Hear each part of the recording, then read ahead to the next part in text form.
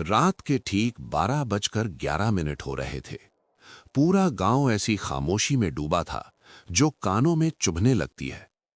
न कुत्तों की आवाज थी, न हवा की सरसराहट, जैसे सब कुछ किसी अनहोनी के इंतजार में थम गया हो। तभी बिल्कुल पास से एक धीमी सी आवाज आई, रमेश।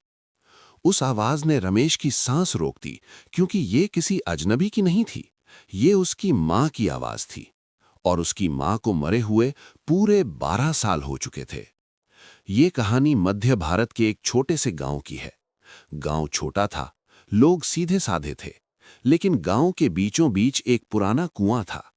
दिन में वो बस एक उजड़ा हुआ ढांचा लगता था, मगर जैसे ही सूरज ढलता, कोई भी उस कुएं के पास से गुजरने की हिम्मत नहीं करता। बुजुर्ग कहते थे कि अगर कुआं किसी का नाम ले ले, तो वो इंसान ज्यादा दिन जिंदा नहीं रहता।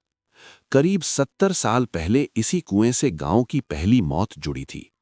एक औरत रात में पानी भरने गई थी और अगली सुबह उसकी लाश उसी कुएं से निकली। उसके चेहरे पर अजीब सी मुस्कान थी और गले पर नाखूनों के गहरे निशान। उस दिन के बाद कुएं से पानी हमेशा के लिए बंद कर दिया गया। लेकिन कुआं खामोश नहीं हुआ। रात के सन्नाटे में लोगों को वहां से आवाजें सुनाई देने लगीं, धीमी, साफ, नाम लेकर। जिसने भी पीछे मुड़कर देखा, वो या तो पागल हो गया या फिर कभी वापस नहीं आया। इन्हीं सब बातों के बीच रमेश शहर से पढ़ लिख कर गांव लौटा था। उसे इन कहानियों पर यकीन नहीं था, उसके लिए ये सब अंधविश्वास था। लेकिन गांव लौटने की पहली ही रात उसका भरोसा टूट गया।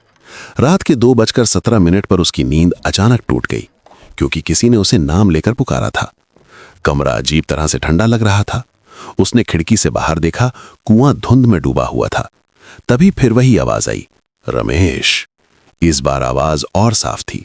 इस बार उसने कहा, बेटा, प्यास लगी है। रमेश के पैरों तले जमीन खिसक गई। कुएं के पास एक औरत खड़ी थी, साड़ी पहने हुए।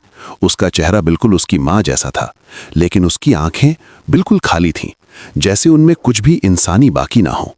रमेश ने खुद को समझाने की कोशिश की कि यह सिर्फ दिमाग का वहम है, लेकिन आवाज हर रात आने लगी, और हर रात थोड़ी और पास। उसे अकेलेपन से डर लगने लगा, नींद से डर लगने लगा, अंधेरे से डर लगने लगा। आखिरकार वो गांव के सबसे बूढ़े आदमी के पास पहुंचा।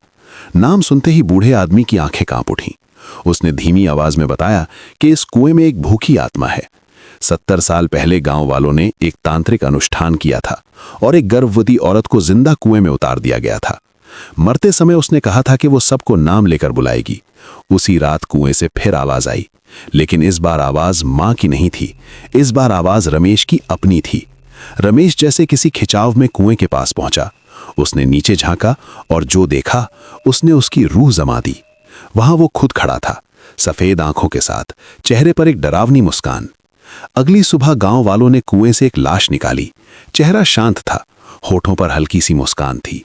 बूढ़े आदमी ने बस इतना कहा कि अब कुएं ने एक और नाम सीख लिया है। अगर आज रात कोई आपके कान के पास धीरे से आपका नाम ले, तो पीछे मत देखना, क्योंकि हर आवाज इंसान की नहीं होती।